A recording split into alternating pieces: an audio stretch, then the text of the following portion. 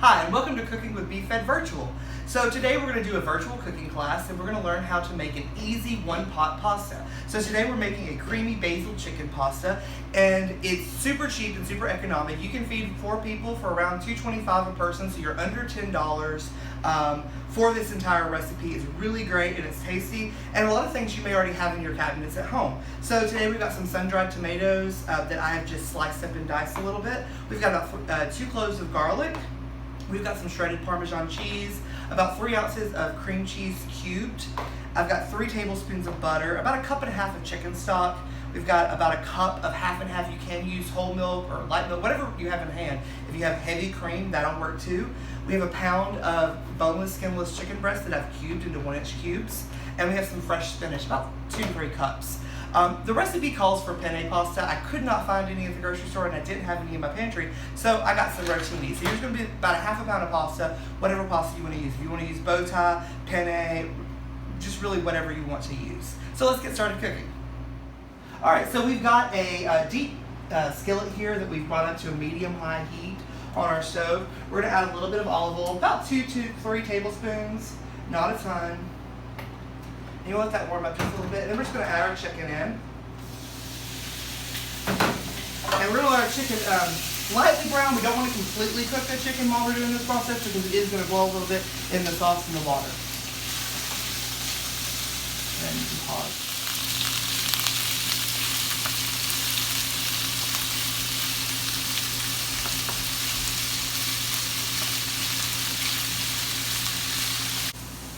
Alright, so now we're going to add our garlic into our chicken. Our chicken's lightly brown. We're going to add our garlic in there.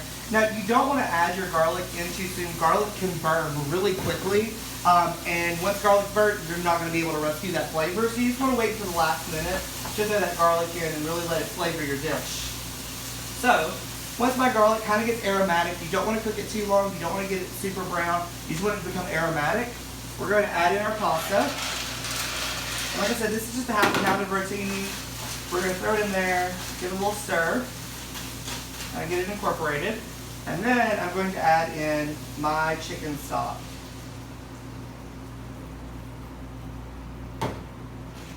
Alright, so we're going to let that come up to a boil. We're going to cover it, let that come up to a boil, and we're going to let it cook for about 8 to 10 minutes until the pasta's tender.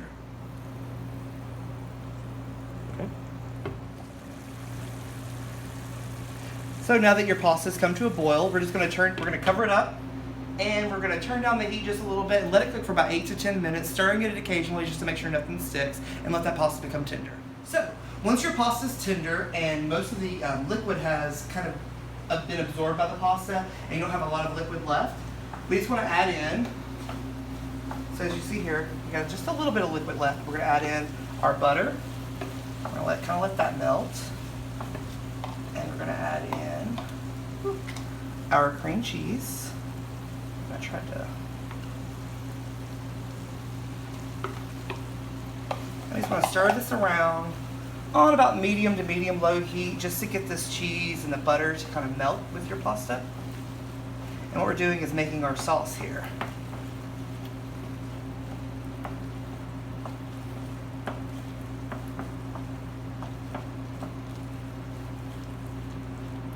Now, if you're trying to make this a little bit lower calorie, you can leave out the cream cheese. It's not going to be as creamy, but it will still be just as delicious. Or you could use a low-fat cream cheese. I am using full-fat cream cheese. You could use a whole wheat pasta instead of a regular pasta.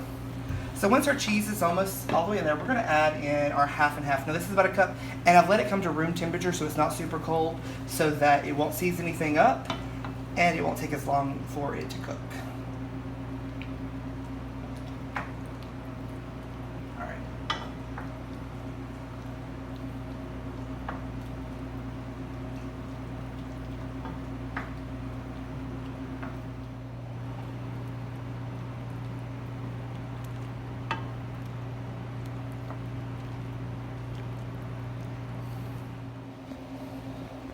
So now our cream and the cream cheese mixture has come to a nice little simmer. We're going to add in our basil. Now, my recipe calls for 1/3 cup of basil chopped.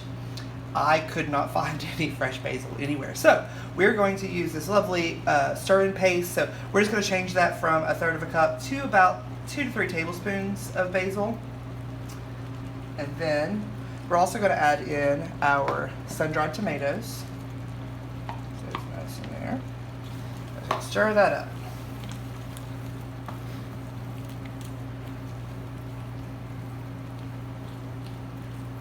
And once we get that incorporated, we're going to add our spinach.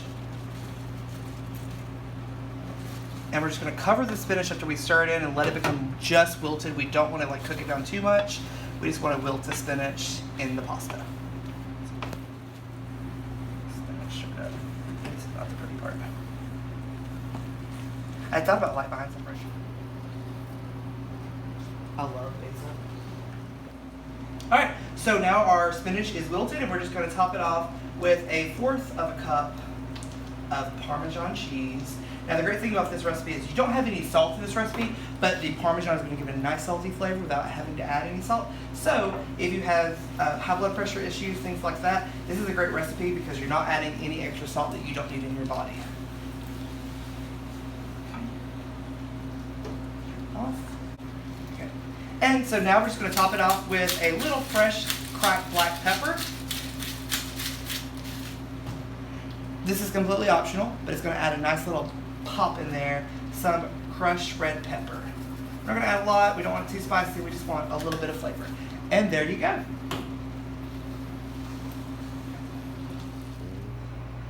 And there you have it, an easy one-pan creamy basil chicken pasta. So I'm actually going to take the camera now, while still practicing social distancing, and let Billy try the food. Who wants a chicken? Oh my god. It's really good. Thanks for tuning in today, and we hope that this will be the first of many virtual cooking classes that we'll be doing here at BAO for BFed. If you have any questions or comments, or you want to see topics in the future that you'd like to see, email me at joshua@birminghamadsoutreach.org. Bye!